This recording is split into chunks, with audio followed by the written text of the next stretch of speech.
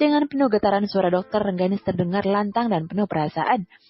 "Kapten, aku mencintaimu," ucapnya. Adinda yang mendengar hal itu menutup mulut dengan tangan kanannya sementara mata besar miliknya semakin lebar karena membelalak takjub. Seorang Rengganis yang memiliki banyak penggemar sejak lahir, kini harus mengungkapkan semua isi hatinya terlebih dahulu pada satu laki-laki yang berprofesi sebagai prajurit penjaga negeri. "Halo, Kapten Biru, apa kamu mendengarku?" Mata Rengganis tampak berkaca-kaca. Ia tak tahu lagi apa yang harus diperbuat untuk dapat meyakinkan Kapten Biru tentang perasaan dirinya yang sesungguhnya. Ia tak ingin melihat laki-laki yang dicintainya itu pergi bertugas dengan beban hati yang tak jelas. Wanita pewaris harta keluarga Brata itu ingin semua kesalahpahaman ini segera berakhir. "Dokter," Abimanyu mendekati Rengganis. Laki-laki berhati lembut itu benar-benar tak sampai hati melihat Rengganis yang hampir menumpahkan air matanya. Letu Abi sangat mengerti seluruh alur cerita cinta antara Dokter Dek Manja yang dikenalnya saat mengikuti latihan gabungan waktu itu dengan kaptennya. Adinda dengan cepat meraih tangan wanita yang disayanginya itu, menggenggamnya erat-erat dan berusaha menghibur Rengganis untuk tetap tegar. "Sepertinya dia tidak akan mau menerima kebenaran yang akan kusampaikan, Letnan." Rengganis tertunduk sedih. "Siapa bilang?" Rengganis tercekat. Suara itu sangat dikenalnya, suara yang sangat dirindukannya. "Kapten Biru!" Rengganis segera mengangkat kepalanya yang sedari tadi tertunduk lemah. Laki-laki tampan berbalut seragam kebanggaan pasukan Konga muncul dari balik rombongan ibu-ibu berseragam persit. Rengganis dapat melihat jelas wajah tampan yang dihiasi senyum rupawan saat seorang ibu persit berjilbab senada dengan bajunya itu sedikit menggeser posisi berdirinya. Rengganis berdiri mematung untuk beberapa saat tanpa satu gerakan apapun, matanya tertuju pada satu pusat perhatian. Ya, laki-laki gagah yang bergerak semakin mendekat kepadanya. Hanya padanya, kini pandangan dokter cantik itu tertuju. Ekspresi Kapten Biru tak dapat ditebak oleh Rengganis. Wajah datar itu tak mampu dibaca dengan mudah olehnya. Mungkin rasa jengkel dan marah masih merajah hati Kapten Biru, pikir Rengganis. Dokter muda itu tak lagi peduli dengan sekeliling, air matanya jatuh satu demi satu. Seakan tak percaya orang yang dinanti selama ini akhirnya benar-benar muncul di hadapan. Logika Rengganis tiba-tiba koma.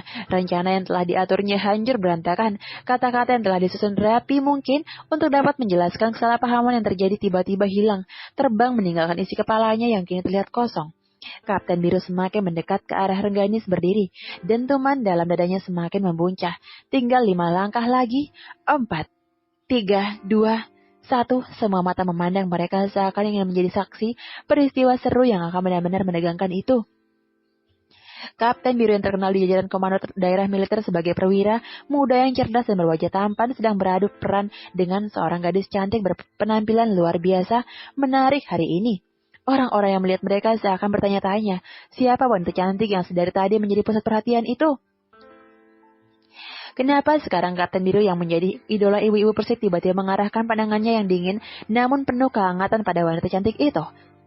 Semua orang ingin tahu, semua orang ingin memastikan, setidaknya kejadian ini dapat dipastikan akan menjadi buah bibir di lingkungan Persit dan prajurit beberapa pekan ke depan.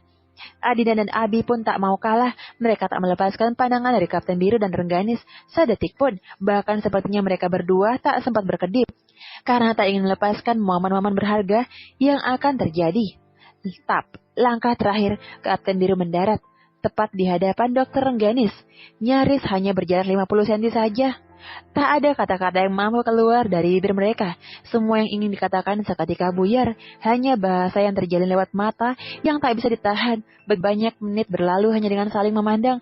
Para penonton yang menyaksikannya pun hanya mampu terdiam, ikut merasa tegang, seakan tahu apa yang terjadi pada kisah cinta mereka kemarin.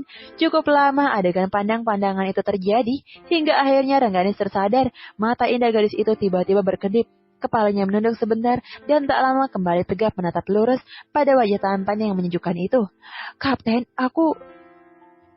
Biru mendekatkan jari telunjuknya ke bibir, memberikan isyarat agar Rengganis menghentikan kalimatnya. Tapi, sudah, tak perlu dibahas lagi. Aku tahu semua. Kedatanganmu kemari telah membuktikan bahwa hatimu untukku yaitu. Kapten Biru tersenyum manis sekali, hingga hati Rengganis seakan tak mampu berdetak lagi. Jadi, bisa diulang kata-kata tadi? Kapten Biru mendekatkan wajahnya ke wajah Rengganis. Wajah dokter muda itu menjadi merah padam. Dia ingat betul kata-kata yang diucapkannya dari telepon tadi. Mengingat hal itu membuatnya malu. Awalnya Rengganis pikir kata-kata itu tak akan memiliki arti lagi untuk Kapten Biru, karena setelah Rengganis mengatakannya tak ada respon barang sedikit pun darinya di telepon itu. Padahal sebetulnya Rengganis yang tak sadar saat ia mengucapkannya, Kapten Biru telah berada di depan. Sejak mendapat pesan dari Letu Abi, Kapten Biru segera berlari keluar barisan. Ia tak sadar atas kesalahan yang telah diperbuatnya. Meski akan mendapat hukuman sekalipun, Kapten Biru ikhlas asal menatap wanita yang dicintainya walau hanya sebentar saja. Dengan begitu laki-laki bertubuh atletis itu dapat melihat dengan jelas bagaimana ekspresi tegang yang terlukis di wajah cantik Rengganis. Bagaimana wanita itu begitu kelimpungan mencarinya, bahkan Kapten Biru pun sempat melihat butiran bening yang turun di mata indah gadis cantik yang telah mengambil hatinya sejak pertama kali bertemu itu, turun saat melihat dirinya ada di depannya. Bagi Kapten Biru, itu semua sudah lebih dari cukup untuk membuktikan bahwa perasaannya tidak bertepuk sebelah tangan. Gadis yang selalu mengisi mimpi-mimpinya itu pun dapat membuktikan cinta yang dimilikannya bukanlah cinta yang biasa. Perjuangan yang tak mudah memang telah dilakukan oleh Rengganis. Gadis manja yang lambat laun mulai berubah menjadi dewasa dan lebih bertanggung jawab. Aku nggak bilang apa-apa. Rengganis berkilah, wajahnya semakin tampak memerah padam. Oke, kalau begitu aku akan kembali ke barisan. Kapten Biru memutar tubuhnya, membelakangi Rengganis seolah-olah akan kembali ke dalam barisan yang sedang bersiap menggelar upacara pelepasan keberangkatan pasukan Konga di Kalibanon. Iya deh, aku ngaku. Tadi aku bilang, aku. Bibir Rengganis terasa keluh untuk mengulang kata-kata yang tadi mampu diucapkannya dengan sangat lancar dan jelas, tanpa hambatan sedikit pun. Aku mencintaimu, ucap Kapten Biru sambil memutar tubuhnya. Sepatu PDL-nya yang terlihat kokoh dan keras menimbulkan bunyi berdecit saat tergeser dengan aspal halus Bandara Soekarno-Hatta. Rengganis memandang kedua tangannya yang kini digenggam erat Kapten Biru. Dadanya lagi-lagi berdetak keras. Darah yang tiba-tiba berdesir halus merambati sekujur tubuhnya itu membuat sensasi rasa yang tak pernah dialaminya selama ini. Kenapa diam? Katanya banyak yang harus dijelaskan. Mata elang Kapten Biru menusuk tajam ke dalam kedua kornea Rengganis. Aku terlihat bodoh ya? Rengganis nyengir. Siapa bilang? Kamu tetap yang tercantik. Tangan kanan Kapten Biru mengusap punggung tangan gadis muda itu. Rengganis tertunduk semakin dalam. Aroma khas yang keluar dari tubuh Kapten Biru ini mengingatkannya akan peristiwa menakutkan yang menjadi hal perjumpaan mereka.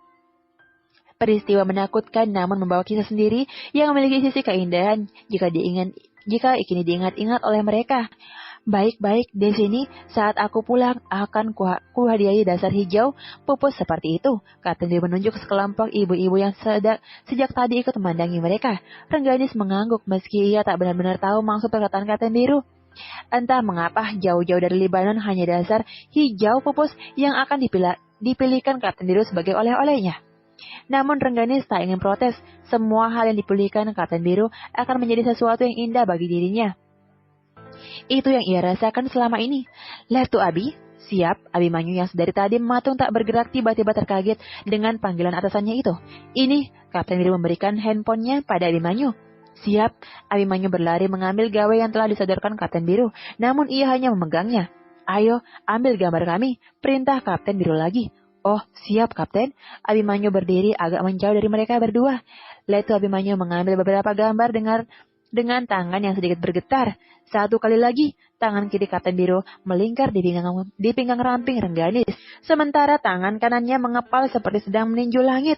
Oke, Kapten Biru mengambil kembali HP-nya dari tangan Abimanyu. Bagus, laki-laki itu menunjukkan hasil gambarnya pada Rengganis. Berikan nomormu, akan kukirim jika nanti kamu merindukanku. Lihat saja foto ini. Paham?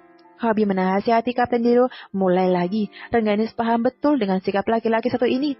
Ini untukmu. Kapten Biru memberikan alat perekam suara ACD XX712 ke tangan Rengganis bersama sebuah kalung besi berbentuk bulatan-bulatan dengan bandul besi pipih bertulis nama NRP serta satuan tempat Kapten Biru bertugas. Apa ini? Rengganis mengamati alat perekam itu. Di Pringjaya tidak ada sinyal. Saat aku memiliki kesempatan untuk menelponmu pun, aku tak akan bisa menghubungimu. Setidaknya untuk 1 tahun ini, kemungkinan besar kamu tak akan bisa mendengarkan suaraku. Rengganis Kapten Biru dengan cermat. Karena itu, kamu bisa mendengarkan ini, setidaknya mampu mengobati rasa kesendirianmu. 1 tahun? Apa kamu tidak bisa untuk bilang kamu tidak ingin pergi? Rengganis berharap Kapten Biru membatalkan kepergiannya. Haha, itu tidak mungkin. Aku ini tentara. Saat Pertiwi memanggilku, aku akan siap meski harus bertempur sekalipun. Tapi ini bukan Indonesia. Rengganis melotot. Aku pergi untuk nama Pertiwi. Sama saja kan? Kapten Biru menunduk menangkap butiran bening yang jatuh keluar dari kelopak mata Rengganis yang tertutup. Ini ujian. Jika kamu sanggup, maka itu artinya kamu mampu membuat menjadi ibu Persit, dan jika kamu menyerah, maka kita gagal. Rengganis terdiam. Ia mencerna semua kata-kata yang terucap dari mulut Kapten Biru. Aku akan menunggumu. Terima kasih. Kapten Biru memeluk tubuh Rengganis, menarik paksa kepala gadis itu untuk bersandar di dada bidangnya. Kamu pasti pulang kan? Rengganis menghentikan ucapannya. Bukan tak tahu Rengganis pernah mendengar menjadi pasangan seorang tentara berarti harus siap ditinggal kapan dari manapun, meski dengan konsekuensi mereka akan kembali dengan selamat atau kembali selama saja. Rengganis menggelengkan kepalanya. Ia tak ingin ketakutannya mengacaukan momen perpisahan mereka yang mengharukan ini. Rengganis, aku pergi karena tugas dan aku akan pulang demi Cinta. Kapten Biru mengusap kepala gadis kesayangannya itu. Aku akan pulang untukmu, ucap Kapten Biru. Ini, Rengganis mengingat sesuatu yang Kapten Biru membuka paper bag yang berisi sweater rajut berwarna biru buatan tangan Bu Westi.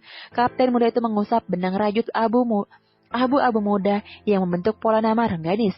Sweater ini pasti mampu mengobati rinduku padamu. Kapten Biru tersenyum. Kapten, Tika memanggil Kapten Biru dari jauh. Rengganis melepas pelukan Kapten Biru. Tika? Sapa Rengganis. Tika seperti tak menghiraukan kehadiran Rengganis. Ia bahkan seperti orang yang tak mengenali dokter yang terkenal cerdas itu. Sudah mau mulai, kita harus kembali ke lapangan. Jika tidak berlari, saya yakin kita akan terlambat. Aku harus pergi, jaga diri baik-baik. Kapten Biru menggenggam sekali lagi tangan Rengganis dan sedikit demi sedikit melepasnya. Kapten Biru berlari menuju lapangan upacara. Tika segera membalikkan tubuhnya juga. Berlari menyusul Kapten Biru. Perasaan cemburu berkobar-kobar dalam matanya. Jangan lupa like, subscribe, tekan loncengnya, dan terima kasih sudah menonton.